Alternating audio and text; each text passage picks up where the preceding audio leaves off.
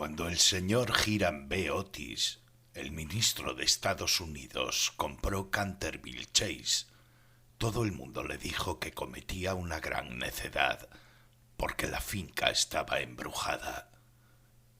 Hasta el mismo Lord Canterville, como hombre de la más escrupulosa honradez, se creyó en el deber de participárselo al señor Otis cuando llegaron a discutir las condiciones.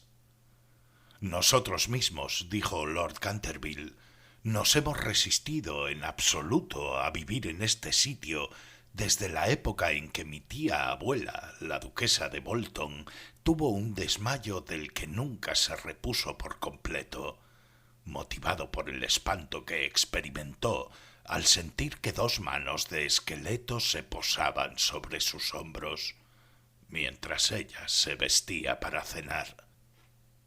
Me creo en el deber de decirle, señor Otis, que el fantasma ha sido visto por varios miembros de mi familia que viven actualmente, así como por el rector de la parroquia, el reverendo Augusto Dampier, agregado de la Universidad de Oxford. Después del trágico accidente ocurrido a la duquesa, ninguna de las doncellas quiso quedarse en casa y Lady Canterville no pudo ya conciliar el sueño, a causa de aquellos ruidos misteriosos que llegaban del corredor y la biblioteca. «Señor», respondió el ministro, «adquiriré el inmueble y el fantasma bajo inventario. Llego de un país moderno en el que podemos tener todo cuanto el dinero es capaz de proporcionar. Y esos mozos nuestros, jóvenes y avispados, que recorren de parte a parte el viejo continente, que se llevan los mejores actores de ustedes y sus mejores primas donas. Estoy seguro de que si queda todavía un verdadero fantasma en Europa, vendrán a buscarlo enseguida para colocarlo en uno de nuestros museos públicos o para pasearlo por los caminos como un fenómeno». «El fantasma existe, me lo temo», dijo Lord Canterville sonriendo, «aunque quizás se resiste a las ofertas de los intrépidos empresarios de ustedes.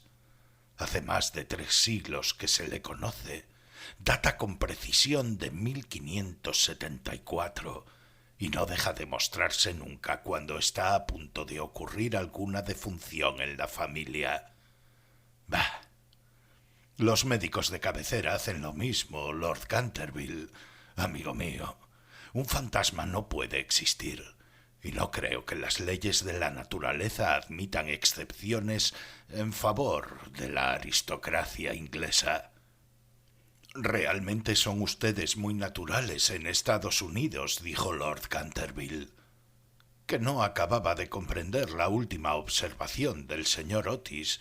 «Ahora bien, si le gusta a usted tener un fantasma en casa, mejor que mejor. Acuérdese únicamente de que yo lo previne». Algunas semanas después se cerró el trato y a fines de estación el ministro y su familia emprendieron el viaje a Canterville.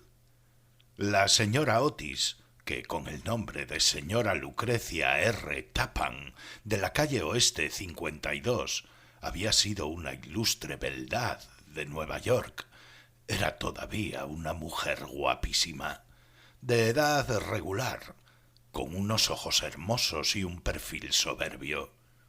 Muchas damas norteamericanas, cuando abandonan su país natal, adoptan aires de persona atacada de una enfermedad crónica y se figuran que eso es uno de los sellos de distinción de Europa, pero la señora Otis no cayó nunca en ese error. Tenía una naturaleza magnífica y una abundancia extraordinaria de vitalidad. A decir verdad, era completamente inglesa bajo muchos aspectos y hubiese podido citársele en buena lid para sostener la tesis de lo que tenemos todo en común con Estados Unidos hoy en día, excepto la lengua, como es de suponer. Su hijo mayor, bautizado con el nombre de Washington por sus padres, En un momento de patriotismo que él no cesaba de lamentar, era un muchacho rubio, de bastante buena figura, que se había erigido en candidato a la diplomacia, dirigiendo un cotillón en el casino de Newport durante 3 temporadas seguidas, y aún en Londres pasaba por ser un bailarín excepcional. Sus únicas debilidades eran las gardenias y la patria. Aparte de eso, era perfectamente sensato. La señorita Virginia E. Otis era una muchachita de 15 años, esbelta y graciosa como un cervatillo, con un bonito aire de despreocupación en sus grandes ojos azules. Era una amazona maravillosa y sobre su caballito derrotó una vez en carreras al viejo Lord Bilton, dando 2 vueltas al parque, ganándole por caballo y medio, precisamente frente a la estatua de Aquiles, lo cual provocó un entusiasmo tan delirante en el joven duque de Cheshire que le propuso acto contiguo el matrimonio y sus tutores tuvieron que expedirlo aquella misma noche a Elton, bañado en lágrimas. Después de Virginia vendrían 2 gemelos, conocidos de ordinario con el nombre de Estrellas y Bandas, porque se les encontraba siempre ostentándolas. Eran unos niños encantadores y, con el ministro, los únicos verdaderos republicanos de la familia. Como Canterville Chase está a 7 millas de Ascot, la estación más próxima, el señor Otis telegrafió que fueran a buscarlo en coche descubierto y emprendieron la marcha en medio de la mayor alegría. Era una noche encantadora de julio, en que el aire estaba aromado de olor a pinos. De cuando en cuando se oía a una paloma arrullándose con su voz más dulce, o se entreveía entre la maraña y el frufrú de los helechos la pechuga de oro bruñido de algún faisán. Ligeras ardillas los espiaban desde lo alto de las hayas a su paso. Unos conejos corrían como exhalaciones a través de los matorrales o sobre los collados herbosos, levantando su rabo blanco. Sin embargo, no bien entraron en la avenida de Canterville Chase, el cielo se cubrió repentinamente de nubes. Un extraño silencio pareció invadir toda la atmósfera. Una gran bandada de cornejas cruzó calladamente por encima de sus cabezas y antes de que llegasen a la casa ya habían caído algunas gotas. En los escalones se hallaba para recibirlos una vieja, pulcramente vestida de seda negra con cofia y delantal blancos. Era la señora Umney, el ama de llaves que la señora Otis, a vivos requerimientos de Lady Canterville, accedió a conservar en su puesto.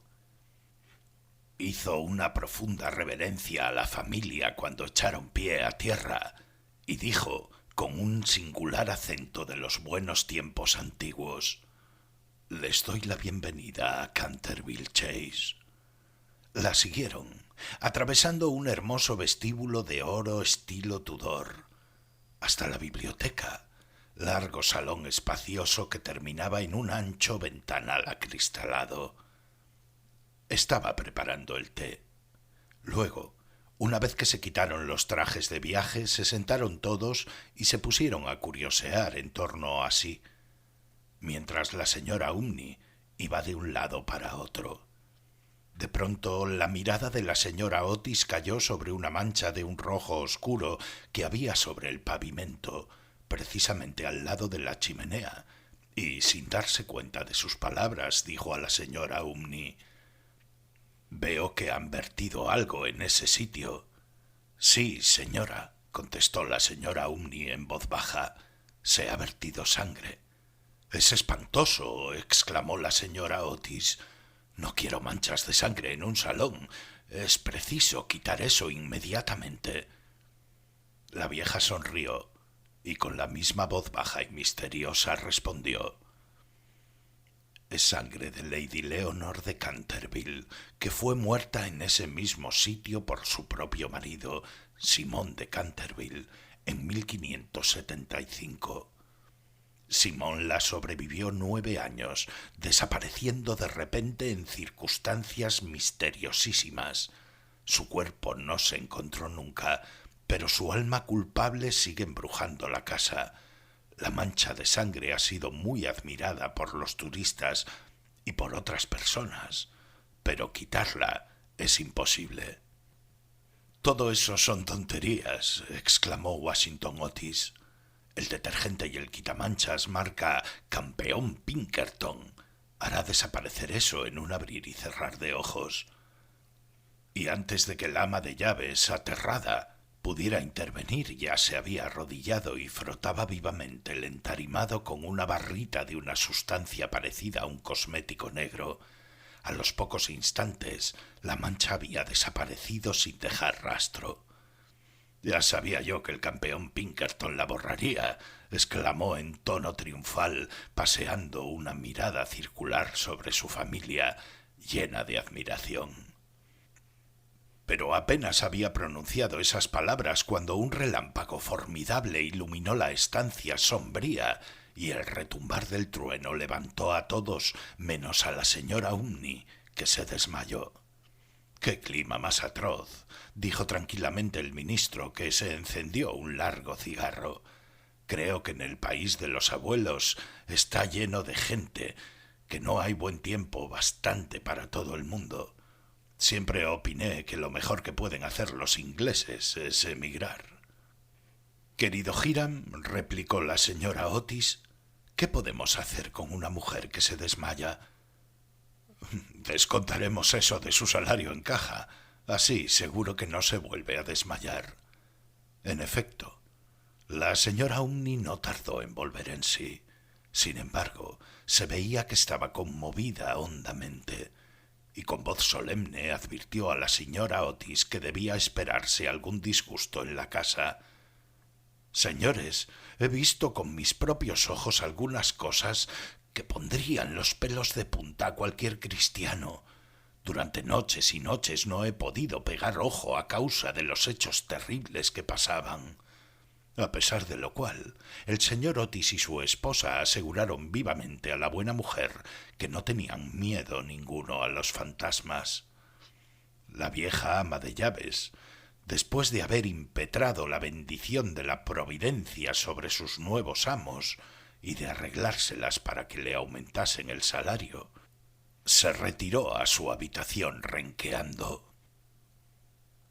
La tempestad se desencadenó durante toda la noche, pero no produjo nada extraordinario. Al día siguiente, por la mañana, cuando bajaron a almorzar, encontraron de nuevo la terrible mancha sobre el entarimado. «No creo que tenga la culpa el limpiador sin rival», dijo Washington, «pues lo he estado ensayando sobre toda clase de manchas. Debe ser el fantasma». En consecuencia, borró la mancha, después de frotar un poco. Al otro día por la mañana había reaparecido, y sin embargo, la biblioteca había permanecido cerrada la noche anterior, porque el señor Otis se había llevado la llave para arriba. Desde entonces, la familia empezó a interesarse por aquello. El señor Otis se hallaba a punto de creer que había estado demasiado dogmático negando la existencia de los fantasmas. La señora Otis expresó su intención de afiliarse a la Sociedad Psíquica y Washington preparó una larga carta a los señores Myers y Podmore basada en la persistencia de las manchas de sangre cuando provienen de un crimen. Aquella noche disipó todas las dudas sobre la existencia objetiva de los fantasmas.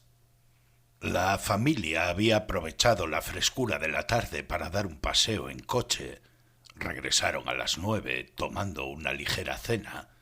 La conversación no recayó ni un momento en los fantasmas, de manera que faltaban hasta las condiciones más elementales de espera y de receptibilidad que precede tan a menudo a los fenómenos psíquicos.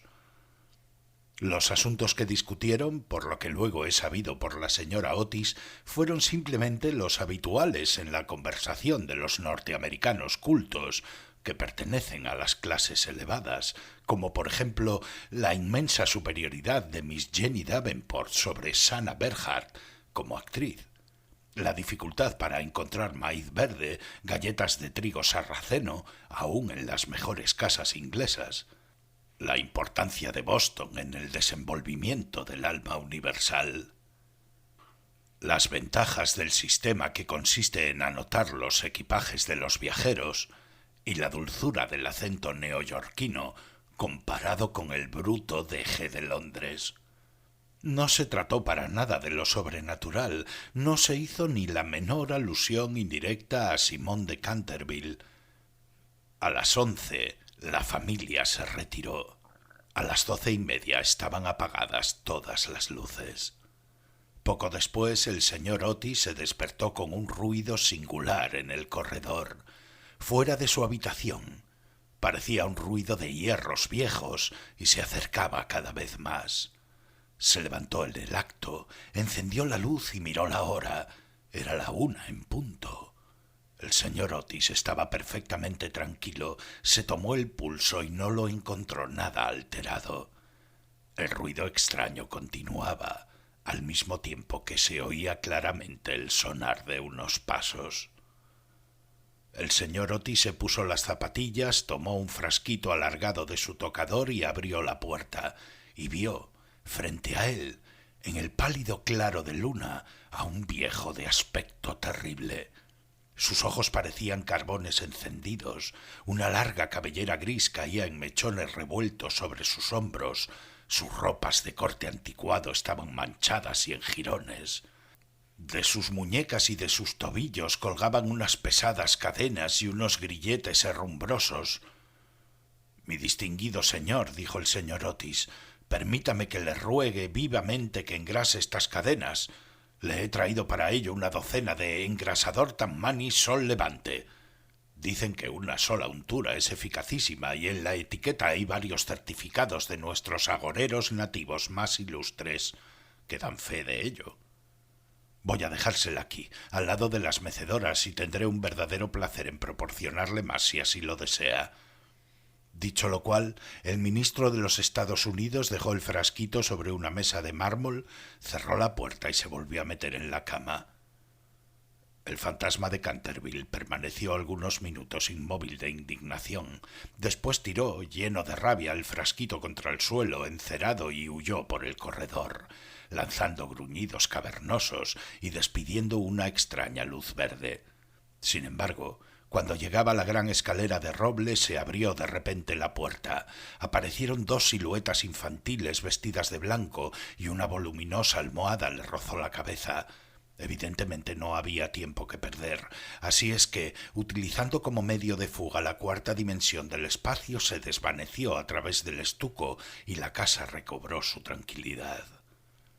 Llegado a un cuartito secreto del ala izquierda, se adosó a un rayo de luna para tomar aliento y se puso a reflexionar para darse cuenta de su situación. Jamás, en toda su brillante carrera, que duraba ya 300 años seguidos, fue injuriado tan groseramente. Se acordó de la duquesa viuda, en quien provocó una crisis de terror, estando mirándose al espejo, cubierta de brillantes y de encajes, de las 4 doncellas a quienes había enloquecido, produciéndoles convulsiones histéricas, sólo con hacerles visajes entre las cortinas de una de las habitaciones destinadas a los invitados. Del rector de la parroquia, cuya vela apagó en un soplo cuando volvía el buen señor de la biblioteca a una hora avanzada, y que desde entonces se convirtió en mártir de toda clase de alteraciones nerviosas, de la vieja señora de Tremouliac, que al despertarse a medianoche lo vio sentado en el sillón, al lado de la lumbre, en forma de esqueleto, entretenido en leer el diario que redactaba ella de su vida, y que de resultas de la impresión tuvo que guardar cama durante 6 meses, víctima de un ataque cerebral. Una vez curada, se reconcilió con la Iglesia y rompió toda clase de relaciones con el señalado escéptico Monsieur Voltaire. Recordó igualmente la noche terrible en que el bribón de Lord Canterville fue hallado agonizante en su tocador, con una sota de espadas hundida en la garganta, viéndose obligado a confesar que por medio de aquella carta había timado la suma de 10.000 libras a Carlos Frost en casa de Goodford. y juraba que aquella carta se la hizo tragar el fantasma. Todas sus grandes hazañas le volvían a la mente. Vio desfilar al mayordomo que se levantó la tapa de los sesos por haber visto una mano verde tamborilear sobre los cristales, y la bella Lady Stephill, condenada a llevar alrededor del cuello un collar de terciopelo negro para tapar la señal de 5 dedos, impresos como un hierro candente sobre su piel, y que terminó por ahogarse en el vivero que había al extremo de la avenida Real.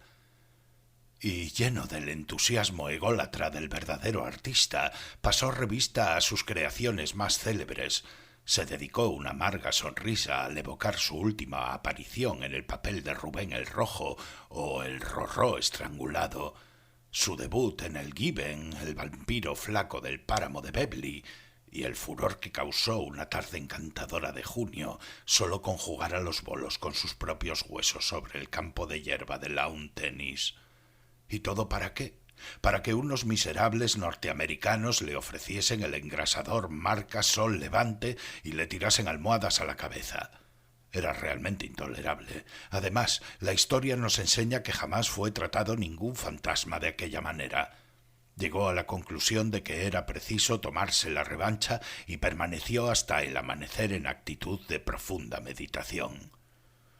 Cuando a la semana siguiente el almuerzo reunió a la familia Otis, se discutió extensamente acerca del fantasma.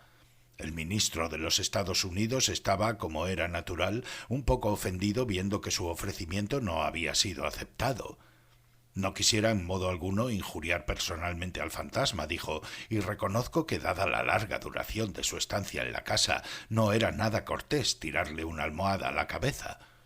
Siento tener que decir que esta observación tan justa provocó una explosión de risa en los gemelos, pero por otro lado, prosiguió el señor Otis, si se empeña sin más ni más en no hacer uso del engrasador marca Sol Levante, nos veremos precisados a quitarle las cadenas.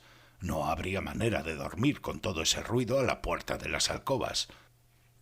Pero, sin embargo, en el resto de la semana no fueron molestados.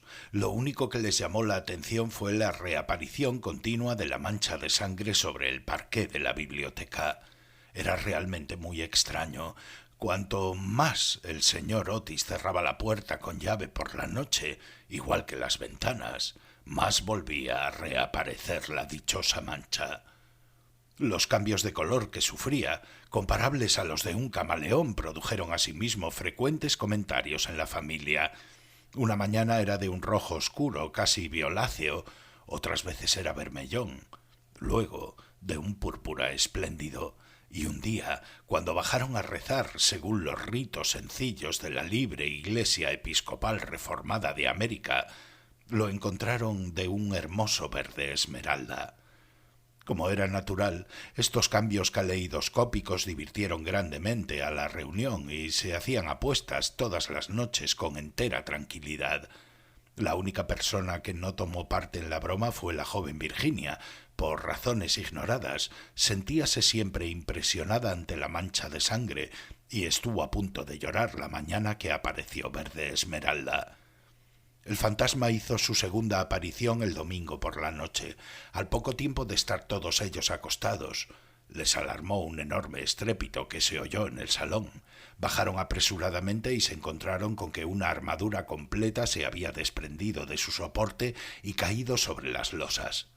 Cerca de allí, sentado en un sillón de alto respaldo, el fantasma de Canterville se restregaba las rodillas con una expresión de agudo dolor sobre su rostro. Los gemelos, que se habían provisto de sus ondas, le lanzaron inmediatamente 2 balines con esa seguridad de puntería que sólo se adquiere a fuerza de largos y pacientes ejercicios sobre el profesor de caligrafía. Mientras tanto, el ministro de los Estados Unidos mantenía al fantasma bajo la amenaza de su revólver y, conforme a la etiqueta californiana, lo instaba a levantar los brazos. El fantasma se alzó bruscamente, lanzando un grito de furor salvaje, y se disipó en medio de ellos como una niebla, apagando de paso la vela de Washington Otis y dejándolos al mayor de la oscuridad a todos ellos. Cuando llegó a lo alto de la escalera, Una vez dueño de sí, se decidió a lanzar su célebre repique de carcajadas satánicas que en más de una ocasión le habían sido muy útiles. Contaba la gente que aquello hizo encanecer en una sola noche el peluquín de Lord Raker, y que 3 sucesivas amas de llave renunciaron antes de terminar el primer mes en su cargo. Por consiguiente, lanzó su carcajada más horrible, despertando paulatinamente los ecos de las antiguas bóvedas, pero apagados estos, se abrió una puerta y apareció vestida de azul claro la señora Otis. «Me temo», dijo la dama, «que esté usted indispuesto, y aquí le traigo un frasco de la tintura del doctor Dobell. Si se trata de una indigestión, esto le sentará bien». El fantasma la miró con ojos llameantes de furor y se creyó en el deber de metamorfosearse en un gran perro negro. Era un truco que le había dado una reputación merecidísima y al cual atribuía la idiotez incurable del tío de Lord Canterville, el honorable Thomas Horton. Pero un ruido de pasos que se acercaban le hizo vacilar en su cruel determinación y se contentó con volverse un poco fosforescente. Enseguida se desvaneció, después de lanzar un gemido sepulcral, porque los gemelos iban a darle alcance. Una vez en su habitación se sintió destrozado, presa de la agitación más violenta. La ordinariez de los gemelos, el grosero materialismo de la señora Otis, todo aquello resultaba realmente vejatorio, pero lo que más lo humillaba era no tener ya fuerzas para levantar una armadura. Contaba con hacer impresión aún en estos norteamericanos modernos, con hacerles estremecer a la vista de un espectro acorazado, ya que no por motivos razonables, al menos por deferencia hacia su poeta nacional Longfellow, cuyas poesías, delicadas y atrayentes, le habían ayudado con frecuencia a matar el tiempo mientras los Canterville estaban en Londres. Además, era su propia armadura. La llevó con éxito en el torneo de Killingworth, siendo felicitado calurosamente por la reina virgen en persona. Pero cuando quiso ponérsela quedó aplastado por completo por el peso de la enorme coraza y del yelmo de acero, y se desplomó pesadamente sobre las losas de piedra, despellejándose las rodillas y contusionándose la muñeca derecha. Durante varios días estuvo malísimo y no pudo salir de su morada más que lo necesario para mantener en buen estado la mancha de sangre. No obstante lo cual, a fuerza de cuidados acabó por restablecerse y decidió hacer una tercera tentativa para aterrorizar al ministro de los Estados Unidos y a su familia. Eligió para la reaparición en escena el viernes 17 de agosto, consagrando gran parte del día a pasar revista a sus trajes. Su elección recayó al fin en un sombrero de ala levantada por un lado y caída por el otro, con una pluma roja, en un sudario deshilachado con las mangas y el cuello, y por último, en un puñal mohoso. Al atardecer estalló una gran tormenta. El viento era tan fuerte que sacudía y cerraba violentamente las puertas y ventanas de la vetusta casa. Realmente aquel era el tiempo que le convenía. He aquí lo que pensaba hacer. Iría sigilosamente a la habitación de Washington Otis, le musitaría unas frases ininteligibles, quedándose al pie de la cama, y le hundiría 3 veces seguidas el puñal en la garganta, a los sones de una música apagada. Odiaba sobre todo a Washington, porque sabía perfectamente que era él quien acostumbraba a quitar la famosa mancha de sangre de Canterville, empleando el limpiador incomparable de Pinkerton. Después de reducir al temerario, al despreocupado joven, entraría en la habitación que ocupaba el ministro de los Estados Unidos y su mujer, y una vez allí colocaría una mano viscosa sobre la frente de la señora Otis y al mismo tiempo murmuraría con voz sorda al oído del ministro tembloroso los secretos terribles del osario. En cuanto a la pequeña Virginia, aún no tenía decidido nada. No lo había insultado nunca, era bonita y cariñosa. Unos cuantos gruñidos sordos que saliesen del armario le parecían más que suficientes, y si no bastaban para despertarla, llegaría hasta a tirarle de la puntita de la nariz con sus dedos rígidos por la parálisis. A los gemelos estaba resueltos a darle una lección. Lo primero que haría sería sentarse sobre sus pechos con el objeto de producirles la sensación de pesadilla. Luego, aprovechando que sus camas estaban muy juntas, se alzaría en el espacio libre entre ellas con el aspecto de un cadáver verde y frío como el hielo, hasta que se quedaran paralizados de terror.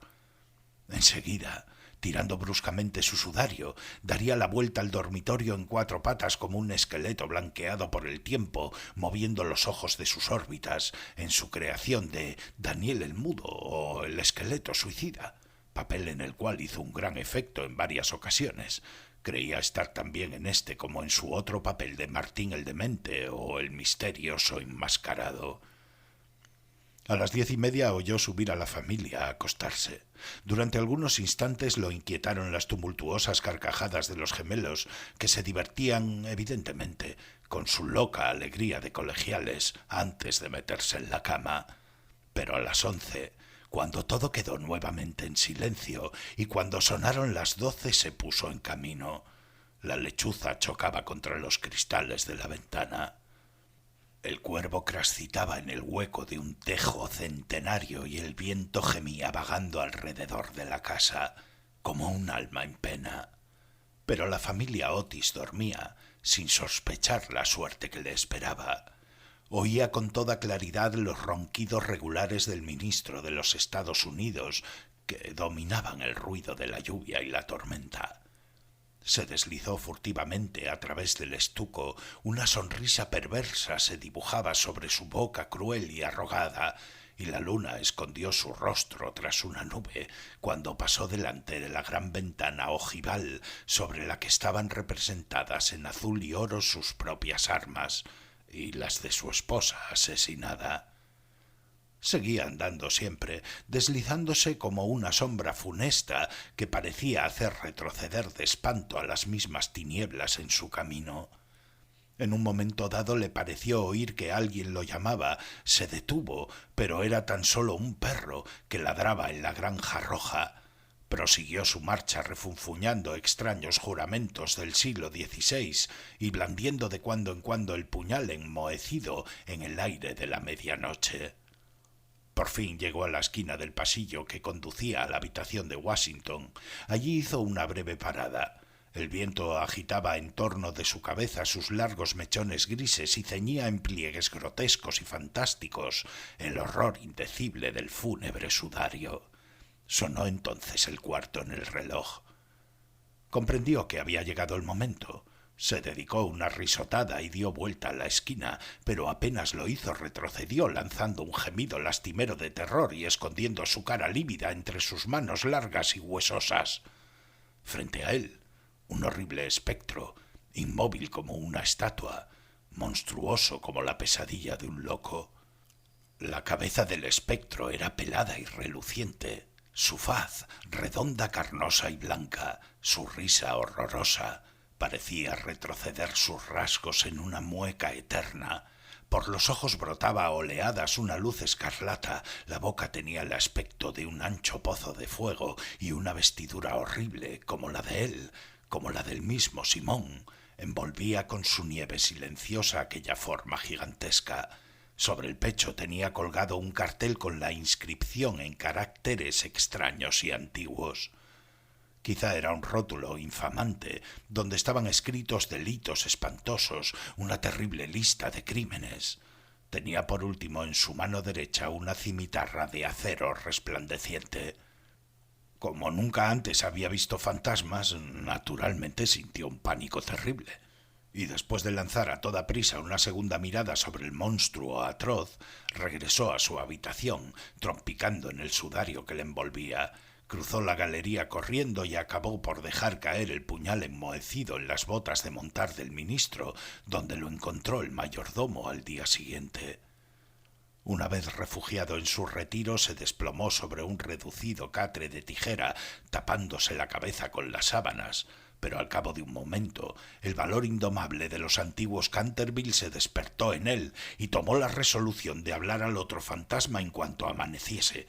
Por consiguiente, no bien el alma planteó las colinas, volvió al sitio en el que había visto por primera vez al horroroso fantasma. Pensaba que, después de todo, dos fantasmas valían más que uno solo, y que con ayuda de su nuevo amigo podría convencer victoriosamente con los gemelos. pero cuando llegó al sitio se halló en presencia de un espectáculo terrible. Le sucedía algo indudablemente al espectro, porque la luz había desaparecido por completo de sus órbitas, la cimitarra centelleante se había caído de su mano y estaba recostado sobre la pared en una actitud forzada e incómoda. Simón se precipitó hacia adelante y lo cogió en sus brazos, pero cuál no sería su terror, viendo despegarse la cabeza y rodar por el suelo, mientras el cuerpo tomaba la posición supina, y notó que abrazaba una cortina blanca de lienzo grueso y que yacían a sus pies una escoba, un machete de cocina y una calabaza vacía. Sin poder comprender aquella curiosa transformación, cogió con la mano febril el cartel, leyendo a la claridad grisácea de la mañana estas palabras terribles: «He aquí al fantasma de Otis, el único espíritu auténtico y verdadero. Desconfíen de las imitaciones, todos los demás son falsificaciones». Y la entera verdad se le apareció como un relámpago. Había sido burlado, chasqueado, engañado. La expresión característica de los Canterville reapareció en sus ojos, apretó las mandíbulas desdentadas y levantó por encima de su cabeza sus manos amarillas. Juró, según el ritual pintoresco de la antigua escuela, que cuando el gallo tocara por 2 veces el cuerno de su alegre llamada se consumarían sangrientas hazañas, y el crimen, de callado paso, saldría de su retiro. No había terminado de formular este juramento terrible cuando de una alquería lejana de tejado de ladrillo rojo salió el canto de un gallo. Lanzó una larga risotada lenta y amarga y esperó 1 hora y después otra, pero por alguna razón misteriosa no volvió a cantar el gallo.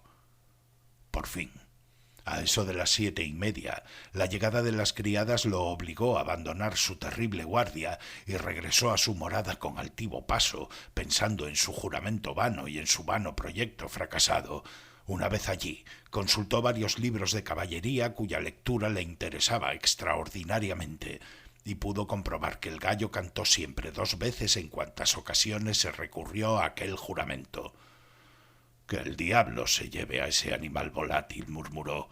«En otro tiempo hubiese caído sobre él con mi buena lanza, atravesándole el cuello y obligándolo a cantar otra vez para mí aunque reventara». Y dicho esto se retiró a su confortable caja de plomo y allí permaneció hasta la noche. Al día siguiente el fantasma se sintió muy débil y cansado. Las terribles emociones de las 4 últimas semanas empezaban a producir su efecto. Tenía el sistema nervioso completamente alterado y temblaba al más ligero ruido. No salió de su habitación en 5 días y concluyó por hacer una concesión en lo relativo a la mancha de sangre del parqué de la biblioteca.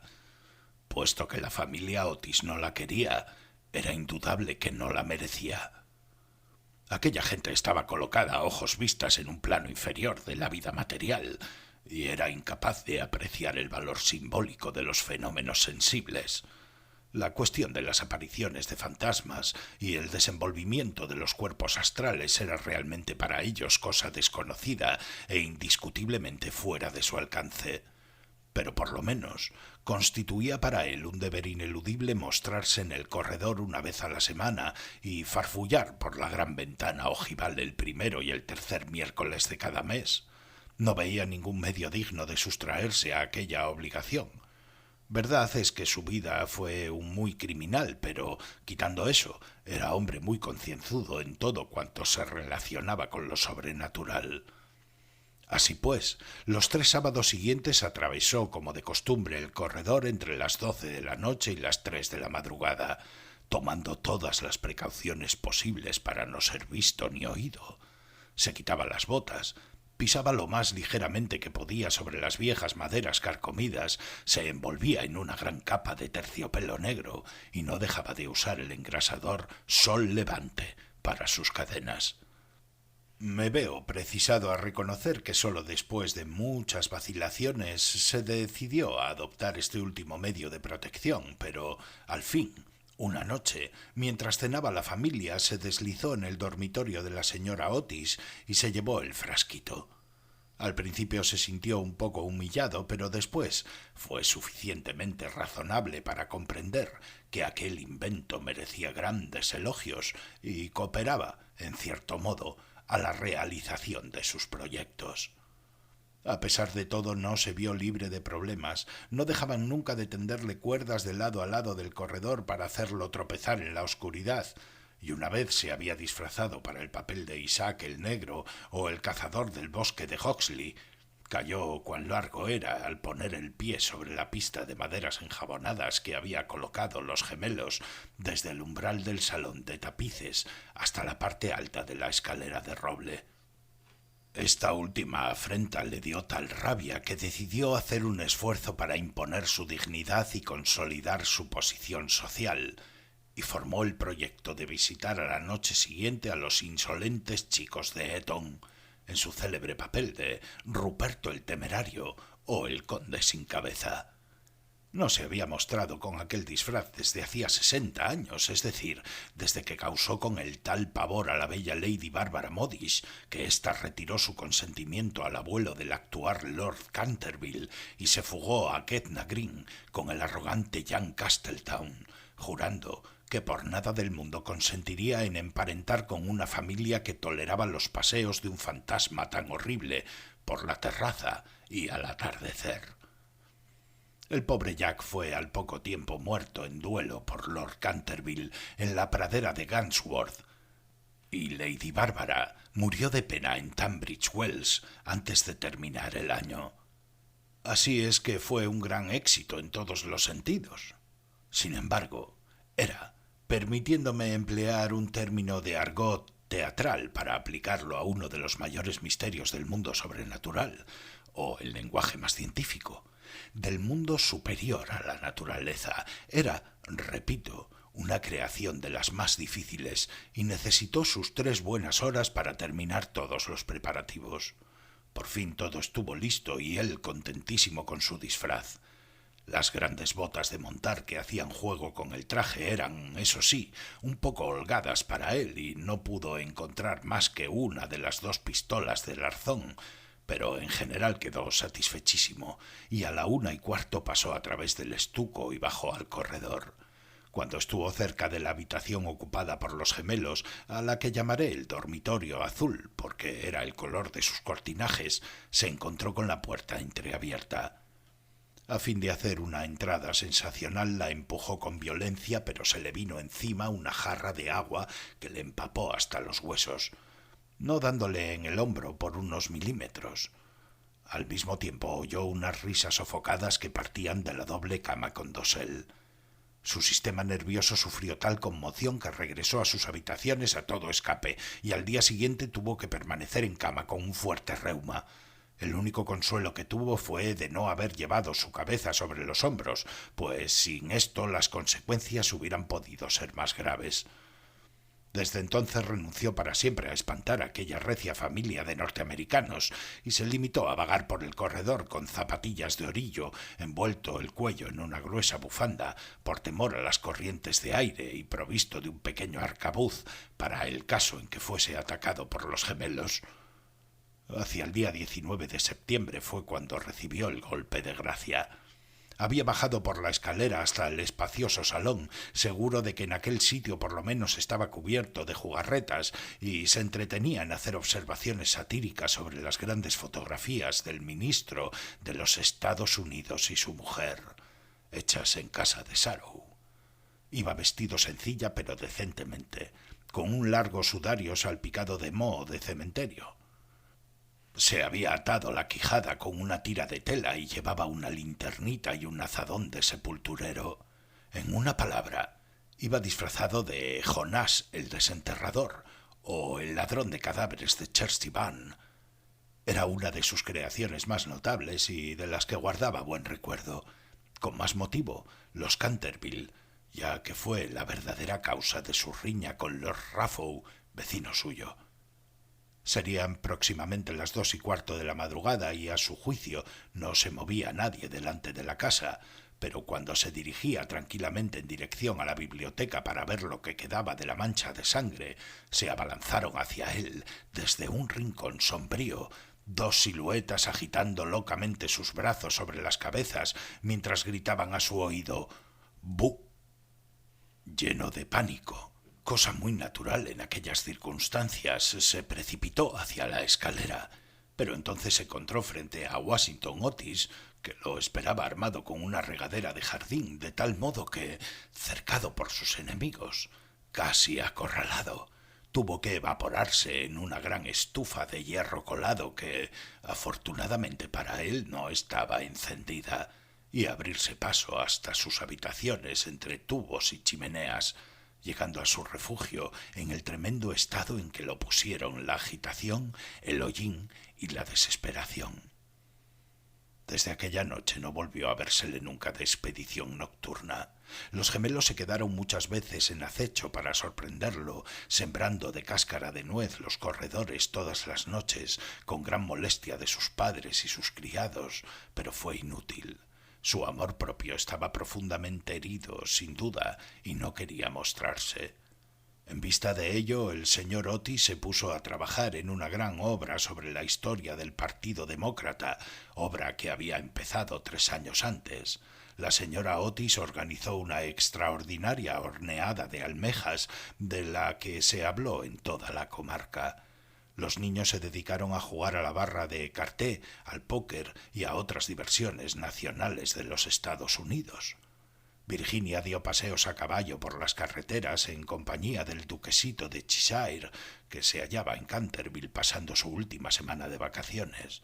Todo el mundo se figuraba que el fantasma había desaparecido, hasta el punto de que el señor Otis escribió una carta a Lord Canterville para comunicárselo, y recibió en contestación otra carta en la que éste le testimoniaba el placer que le producía la noticia y enviaba sus más sinceras felicitaciones a la digna esposa del ministro. Pero los Otis se equivocaban. El fantasma seguía en la casa, y aunque se hallaba muy delicado, no estaba dispuesto a retirarse, sobre todo después de saber que figuraba entre los invitados el duquesito de Cheshire, cuyo tío, Lord Francis Stilton, apostó una vez con el coronel Carbury a que jugaría a los dados con el fantasma de Canterville.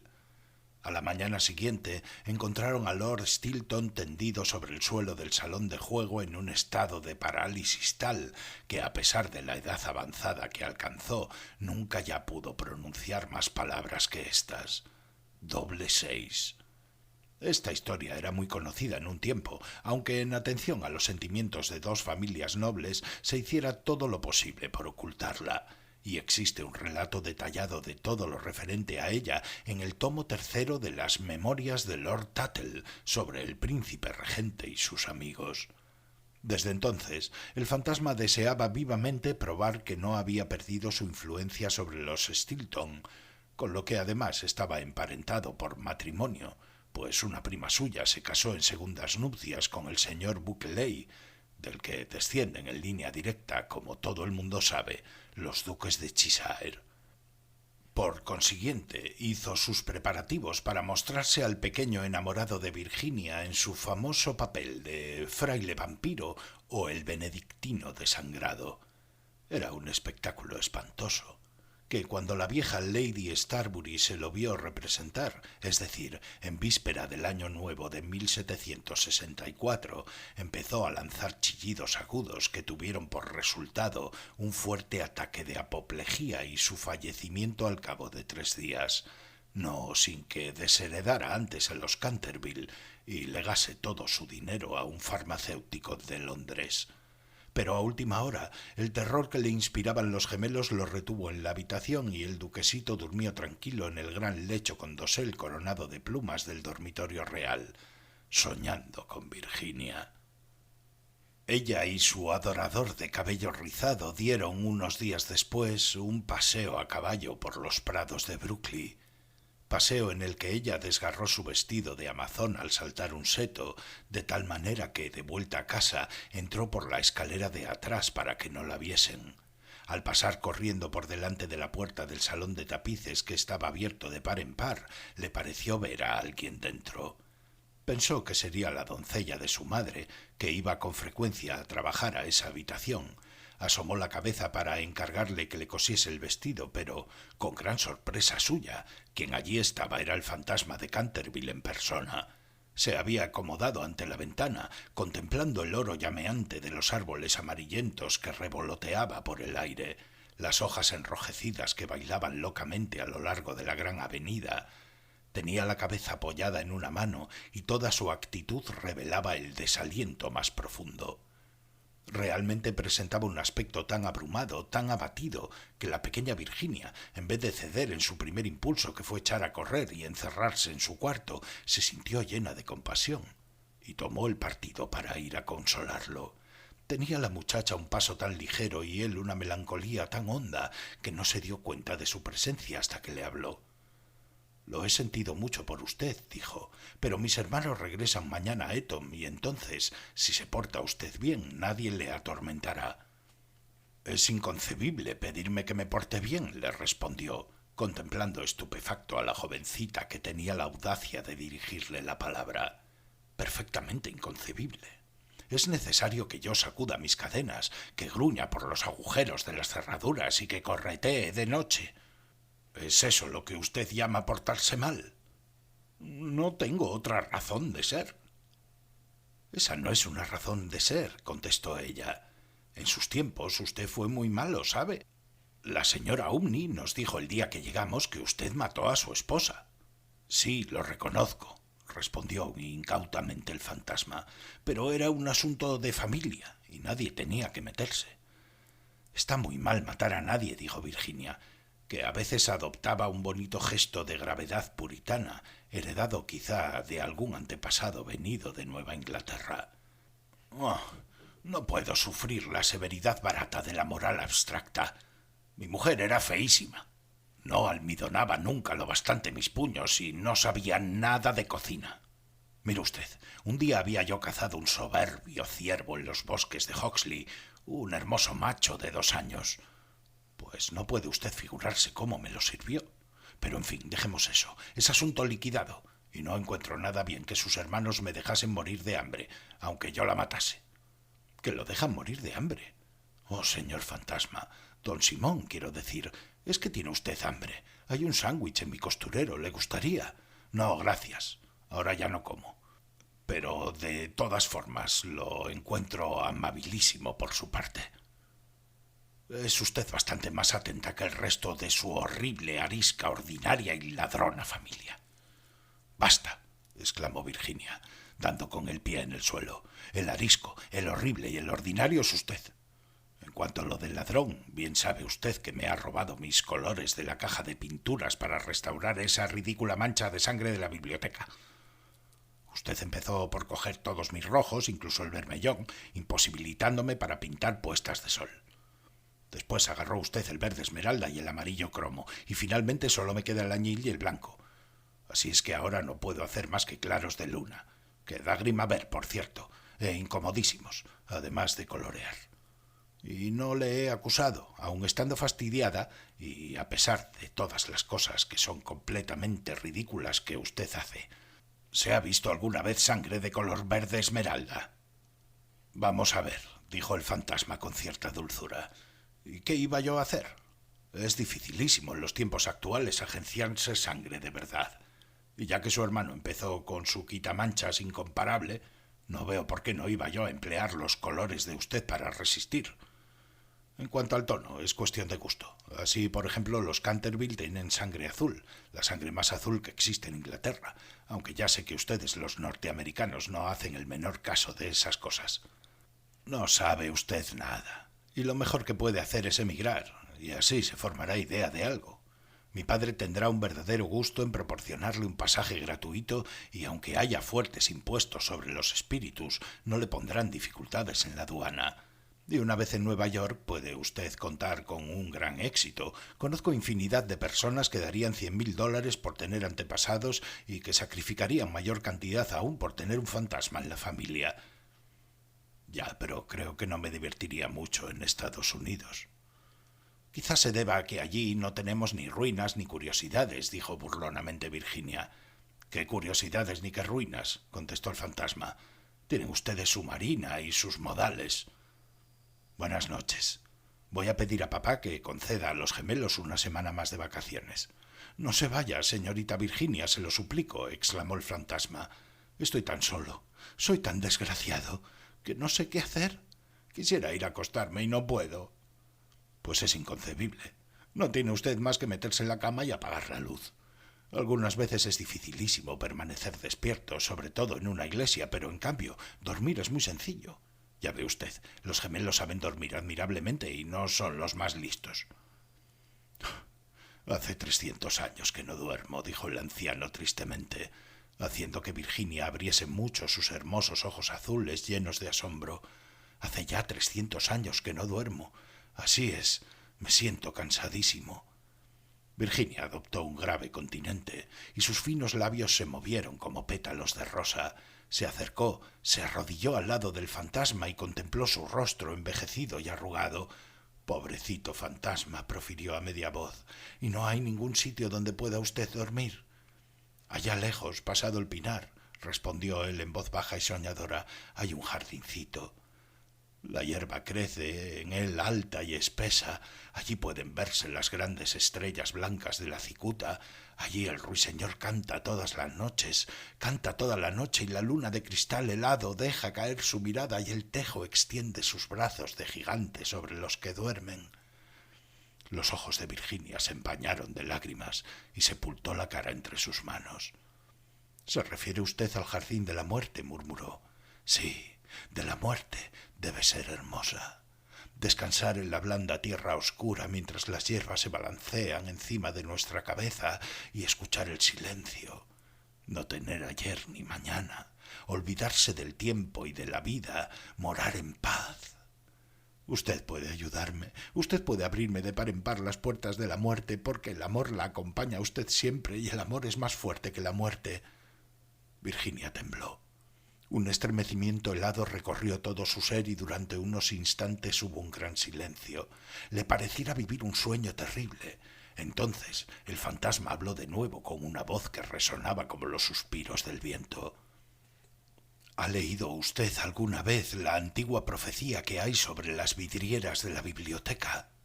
«Oh, muchas veces», exclamó la muchacha levantando los ojos. «La conozco muy bien.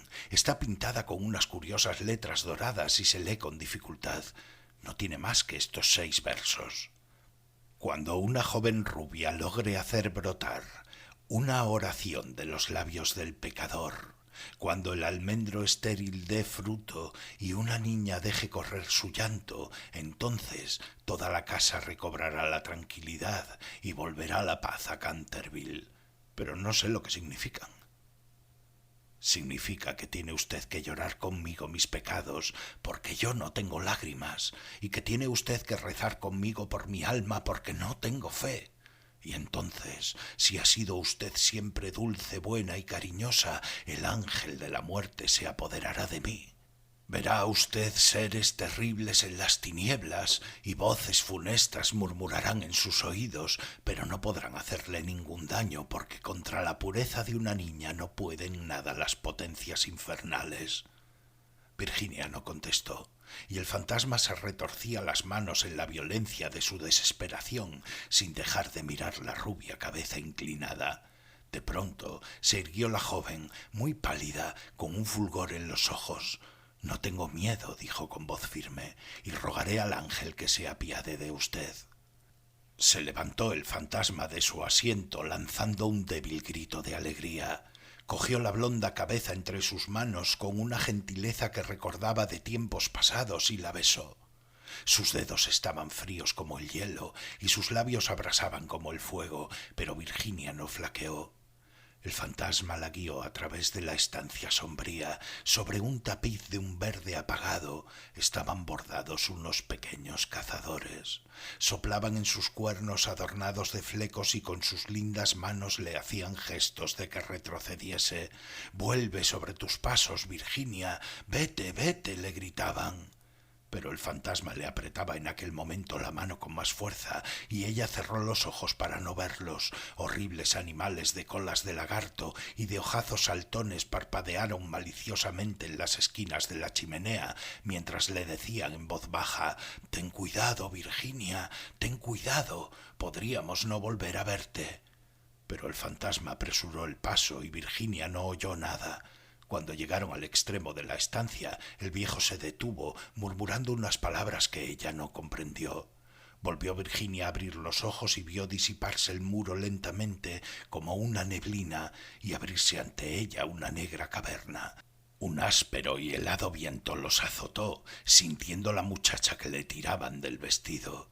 «¡Deprisa, deprisa!», gritó el fantasma, «o será demasiado tarde». Y en ese mismo momento el muro se cerró de nuevo detrás de ellos y el salón de tapices quedó desierto.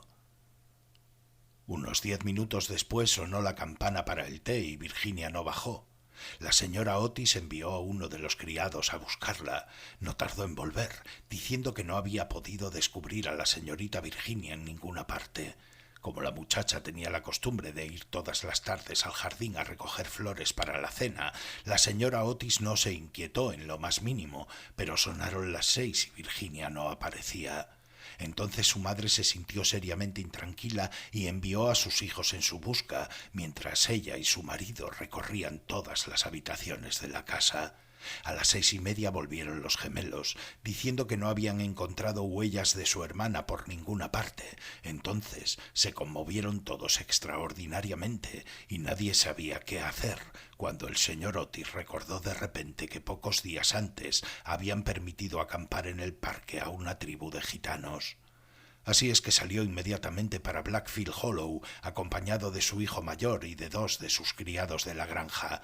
El duquesito de Cheshire, completamente loco de inquietud, rogó con insistencia al señor Otis que lo dejase acompañarlo, mas éste se negó temiendo algún jaleo. Pero cuando llegó al sitio en cuestión vio que los gitanos se habían marchado. Se dieron prisa en huir sin duda alguna, pues el fuego ardía todavía y quedaban platos sobre la hierba. Después de mandar a Washington y a los 2 hombres que registrasen los alrededores, se apresuró en regresar y envió telegramas a todos los inspectores de policía del condado, rogándoles que buscasen a una joven raptada por unos vagabundos o gitanos. Luego hizo que le trajeran su caballo y después de insistir para que su mujer y sus 3 hijos se sentaran a la mesa, partió con un criado por el camino de Ascot. Había recorrido apenas 2 millas cuando oyó un galope a su espalda. Se volvió, viendo al duquesito que llegaba en su caballito con la cara sofocada y la cabeza descubierta. «Lo siento muchísimo, señor Otis», le dijo el joven con voz entrecortada, «pero me es imposible comer mientras Virginia no aparezca. Se lo ruego, no se enfade conmigo. Si nos hubiera permitido casarnos el año último, no habría pasado esto nunca. No me rechaza usted, ¿verdad? No puedo ni quiero irme». El ministro no pudo menos que dirigir una sonrisa a aquel mozo guapo y atolondrado, conmovidísimo ante la abnegación que mostraba por Virginia. Inclinándose sobre su caballo, le acarició los hombros bondadosamente y le dijo: «Pues bien, Cecil, ya que insiste usted en venir, no me queda más remedio que admitirle en mi compañía, pero eso sí, tengo que comprarle un sombrero en Ascot». «Al diablo los sombreros, lo que quiero es a Virginia», exclamó el duquesito riendo. Y acto seguido galoparon hasta la estación. Una vez allí el señor Otis preguntó al jefe si no habían visto en el andén de salida a una joven cuyas señas correspondiesen a las de Virginia, pero no averiguó nada sobre ella. No obstante lo cual, el jefe de la estación expidió telegramas a las estaciones del trayecto, ascendentes y descendentes, y le prometió ejercer una vigilancia minuciosa. Enseguida, después de comprar un sombrero para el duquesito en una tienda de novedades que se disponía a cerrar, el señor Otis cabalgó hasta Bexley, un pueblo situado 4 millas más allá y que, según le dijeron, era muy frecuentado por los gitanos. Hicieron levantarse al guardia rural, pero no pudieron conseguir ningún dato de él. Así que, después de atravesar la plaza, los 2 jinetes tomaron otra vez el camino de casa, llegando a Canterville a eso de las 11. Rendidos de cansancio y con el corazón desgarrado por la inquietud, se encontraron allí con Washington y los gemelos, esperándolos a la puerta con linternas, porque la avenida estaba oscura. No se había descubierto la menor señal de Virginia. Los gitanos fueron alcanzados en el prado de Brockley, pero no estaba la joven entre ellos. Explicaron la prisa de su marcha diciendo que habían equivocado el día en que debía celebrarse la feria de Chorlton y que el temor de llegar demasiado tarde los obligó a darse prisa. Además, parecieron desconsolados por la desaparición de Virginia, pues estaban agradecidísimos al señor Otis por haberles permitido acampar en su parque. 4 de ellos se quedaron atrás para tomar parte en las pesquisas. Se hizo vaciar el estanque de las carpas, registraron la finca en todos los sentidos, pero no consiguieron nada. Era evidente que Virginia estaba perdida, al menos por aquella noche, y fue con un aire de profundo abatimiento como entraron en casa el señor Otis y los jóvenes, seguidos del criado que llevaba las bridas al caballo y al caballito.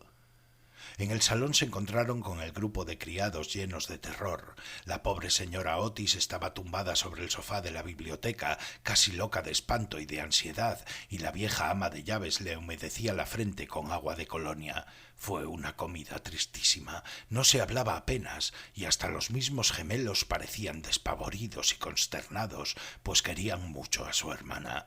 Cuando terminaron, el señor Otis, a pesar de los ruegos del duquesito, mandó a todo el mundo que se acostase, ya que no podía hacer alguna cosa aquella noche. Al día siguiente telegrafiaría a Scotland Yard para que pusieran inmediatamente varios detectives a su disposición, pero he aquí que en el preciso momento en que salían del comedor sonaron las 12 en el reloj de la torre. Apenas acababan de extinguirse las vibraciones de la última campanada cuando se oyó un crujido acompañado de un grito penetrante. Un trueno formidable bamboleó la casa, una melodía que no tenía nada de terrenal flotó en el aire. Un lienzo de la pared se despegó bruscamente en lo alto de la escalera y sobre el rellano, muy pálida, casi blanca, apareció Virginia, llevando en la mano un cofrecito. Inmediatamente se precipitaron todos hacia ella. La señora Otis la estrechó apasionadamente contra su corazón. El duquesito casi la ahoga con la violencia de sus besos, y los gemelos ejecutaron una danza de guerra salvaje alrededor del grupo. «¡Ay, hija mía, dónde te has metido!», dijo el señor Otis, bastante enfadado, pero tranquilo, creyendo que les había querido dar una broma a todos ellos. «Cecil y yo hemos registrado toda la comarca en busca de ti, y tu madre ha estado a punto de morirse de espanto. No vuelvas a dar bromitas de ese género a nadie». «Menos al fantasma, menos al fantasma», gritaron los gemelos, continuando sus cabriolas. «Hija mía querida, gracias a Dios que te hemos encontrado, ya no nos volveremos a separar», murmuraba la señora Otis, besando a la muchacha toda trémula y acariciando sus cabellos de oro que se desparramaban sobre sus hombros. «Papá», dijo dulcemente Virginia, «estaba con el fantasma, ha muerto ya. Es preciso que vayan a verlo. Fue muy malo, pero se ha arrepentido sinceramente de todo lo que había hecho, y antes de morir me ha dado este cofrecito de hermosas joyas». Toda la familia la contempló muda y aterrada, pero ella tenía un aire muy solemne y muy serio. Enseguida, dando media vuelta, los precedió a través del hueco de la pared y bajaron a un corredor secreto. Washington lo seguía llevando una vela encendida, que cogió de la mesa. Por fin llegaron a una gran puerta de roble erizada de recios clavos. Virginia la tomó, y entonces la puerta giró sobre sus goznes enormes y se hallaron en una habitación estrecha y baja, con el techo abovedado que tenía una ventanita. Junto a una gran argolla de hierro empotrada en el muro, con la cual estaba encadenado, se veía un largo esqueleto extendido cuán largo eran las cosas. Parecía estirar sus dedos descarnados, como intentando llegar a un plato y a un cántaro de forma antigua, colocados de tal forma que no pudiese alcanzarlos. El cántaro había estado lleno de agua, indudablemente, pues tenía en su interior tapizado de moho verde. Sobre el plato no quedaba más que un montón de polvo.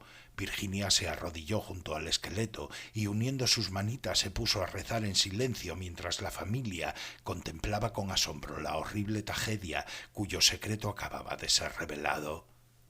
«Miren», exclamó de pronto uno de los gemelos, que había ido a mirar por la ventana queriendo adivinar de qué lado del edificio caía aquella habitación. «Miren, el antiguo almendro que estaba seco ha florecido. Se ven admirablemente las hojas a la luz de la luna». Dios lo ha perdonado, dijo gravemente Virginia, levantándose, y un magnífico resplandor parecía iluminar su rostro. «Eres un ángel», exclamó el duquesito, ciñéndole el cuello con los brazos y besándola. 4 días después de estos curiosos sucesos, a eso de las 11 de la mañana, salía un fúnebre cortejo de Canterville House. El carro iba arrastrado por 8 caballos negros, cada uno de los cuales llevaba adornada la cabeza con un gran penacho de plumas de avestruz que se balanceaban. La caja de plomo iba cubierta con un rico paño de púrpura, sobre el cual estaban bordadas en oro las armas de los Canterville. A cada lado del carro y de los coches marchaban los criados llevando antorchas encendidas. Toda aquella comitiva tenía un aspecto grandioso e impresionante. Lord Canterville presidía el duelo. Había venido del país de Gales expresamente para asistir al entierro y ocupaba el primer coche con la pequeña Virginia. Después iban el ministro de los Estados Unidos y su esposa, y detrás Washington y los 2 muchachos. En el último coche iba la señora Umney. Todo el mundo convino en que después de haber sido atemorizada por el fantasma por espacio de más de 50 años, tenía realmente derecho a verlo desaparecer para siempre. Cavaron una profunda fosa en un rincón del cementerio, precisamente bajo el tejo milenario, y dijo las últimas oraciones del modo más patético el reverendo Augusto Dampierre. Luego, al bajar la caja a la fosa, Virginia se adelantó colocando encima de ella una gran cruz hecha con flores de almendro, blancas y rojas. En aquel momento salió la luna de detrás de una nube e inundó el mundo del cementerio con sus silenciosas oleadas de plata, y de un bosquecillo cercano se elevó el canto de un ruiseñor. Virginia recordó la descripción que le hizo el fantasma del jardín de la muerte. Sus ojos se llenaron de lágrimas y apenas pronunció una palabra durante el regreso. A la mañana siguiente, antes de que Lord Canterville partiese para la ciudad, la señora Otis conferenció con él respecto a las joyas entregadas por el fantasma a Virginia. Eran soberbias, magníficas. Había sobre todo un collar de rubíes en una antigua montura veneciana que era un espléndido trabajo del siglo XVI. Y el conjunto representaba tal cantidad que el señor Otis sentía vivos escrúpulos en permitir a su hija que se quedase con ellas. «Señor», dijo el ministro, «sé que en este país se aplica la mano muerta lo mismo a los objetos menudos que a las tierras, y es evidente, evidentísimo para mí, que estas joyas deben quedar en poder de usted como legado de familia. Le ruego, por tanto, que consienta en llevárselas a Londres, considerándolas simplemente como una parte de su herencia que le fuera restituida en circunstancias extraordinarias. En cuanto a mi hija, no es más que una chiquilla y hasta hoy, me complace decirlo, siente poco interés por estas sutilezas de lujo superfluo. He sabido igualmente que la señora Otis, cuya autoridad no es despreciable en cosas de arte, dicho sea de paso, pues ha tenido la suerte de pasar varios inviernos en Boston siendo muchacha, que esas piedras preciosas tienen un gran valor monetario y que si se pusieran en venta producirían una bonita suma. En estas circunstancias, Lord Canterville, reconocerá usted indudablemente que no puedo permitir que queden en manos de ningún miembro de la familia.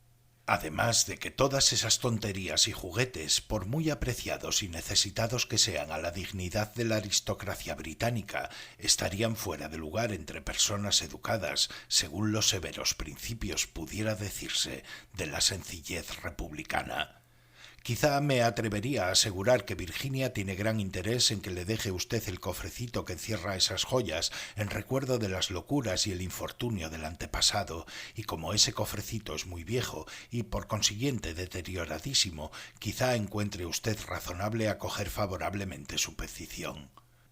En cuanto a mí, confieso que me sorprende grandemente ver a uno de mis hijos demostrar interés por una cosa de la Edad Media, y la única explicación que le encuentro es que Virginia nació en un barrio de Londres al poco tiempo de regresar la señora Otis de una excursión a Atenas. Lord Canterville escuchó imperturbable el discurso del digno ministro, atusándose de cuando en cuando el bigote gris para ocultar una sonrisa involuntaria. Una vez hubo terminado el señor Otis, le estrechó cordialmente la mano y contestó: «Mi querido amigo, su encantadora hijita ha prestado un servicio importantísimo a mi desgraciado antecesor». Mi familia y yo le estamos reconocidísimos por su maravilloso valor y por la sangre fría que ha demostrado. Las joyas le pertenecen sin duda alguna, y creo, a fe mía, que si tuviese yo la suficiente insensibilidad para quitárselas, el viejo tunante saldría de la tumba al cabo de 15 días para infiernarme la vida. En cuanto a que sean joyas de familia, no podrían serlo sino después de estar especificadas como tales en su testamento, en forma legal, y la existencia de estas joyas permaneció siempre ignorada. Le aseguro que son tan mías como de su mayordomo. Cuando la señora Virginia sea mayor, sospecho que le encantará tener cosas tan lindas que llevar. Además, señor Otis, olvida usted que adquirió usted el inmueble y el fantasma bajo inventario, de modo que todo lo que pertenece al fantasma le pertenece a usted, a pesar de las pruebas de actividad que ha dado Simón por el comedor. No por eso deja de estar menos muerto desde el punto de vista legal, y su compra lo hace a usted dueño de lo que le pertenecía a él. El señor Otis se quedó muy preocupado ante la negativa de Lord Canterville y le rogó que reflexionara nuevamente su decisión, pero el excelente par se mantuvo firme y terminó por convencer al ministro de que aceptase el regalo del fantasma. Cuando en la primavera de 1890 la duquesita de Cheshire fue presentada por primera vez en la recepción de la reina con motivo de su casamiento, sus joyas fueron motivo de general admiración, y Virginia fue agraciada con la diadema que se otorga como recompensa a todas las norteamericanitas juiciosas, y se casó con su novio en cuanto éste tuvo edad para hacerlo. Eran ambos tan agradables y se amaban de tal modo que a todo el mundo le encantó ese matrimonio, menos a la vieja marquesa de Dumbleton, que venía haciendo lo posible por atrapar al duquesito y casarla con una de sus 7 hijas. Para conseguirlo dio al menos 3 grandes comidas costosísimas, cosa rara. El señor Otis sentía una gran simpatía personal por el duquesito, pero teóricamente era enemigo de los títulos, y según sus propias palabras era de temer que entre las influencias debilitantes de una aristocracia ávida de placer fueran olvidados por Virginia los verdaderos principios de la sencillez republicana. Pero nadie hizo caso de sus observaciones, y cuando avanzó por la nave lateral de la iglesia de San Jorge en Hanover Square, llevando a su hija del brazo, no había hombre más orgulloso en toda Inglaterra. Después de la luna de miel, el duque y la duquesa regresaron a Canterville Chase, y al día siguiente de su llegada por la tarde fueron a dar una vuelta por el cementerio solitario próximo al Pinar. Al principio le preocupó mucho lo relativo a la inscripción que debía grabarse sobre la losa fúnebre de Simón, pero concluyeron por decidir que se pondrían simplemente las iniciales del viejo gentilhombre y los versos escritos en la ventana de la biblioteca. La duquesa llevaba unas rosas magníficas que desarrapó sobre la tumba. Después de permanecer allí un rato, pasaron por las ruinas del claustro de la antigua abadía. La duquesa se sentó sobre una columna caída mientras su marido, recostado a sus pies y fumando un cigarrillo, contemplaba sus lindos ojos. De pronto tiró el cigarrillo y tomándole una mano le dijo: «Virginia, una mujer no debe tener secretos con su marido». «Y yo no los tengo, querido Cecil». «Si no los tienes», respondió sonriendo, «no me has dicho nunca lo que sucedió mientras estuviste encerrada con el fantasma». «Ni lo he hecho a nadie», replicó gravemente Virginia. «Ya lo sé, pero bien me lo podrías decir a mí». «Cecil, te ruego que no me preguntes. No puedo realmente decírtelo. Pobre Simón, le debo mucho. Sí, no te rías, Cecil, le debo mucho realmente. Me hizo ver lo que es la vida, lo que significa la muerte y por qué el amor es más fuerte que la muerte». El duque se levantó para besar amorosamente a su mujer. «Puedes guardar tu secreto mientras yo posea tu corazón», dijo a media voz. «Siempre fue tuyo.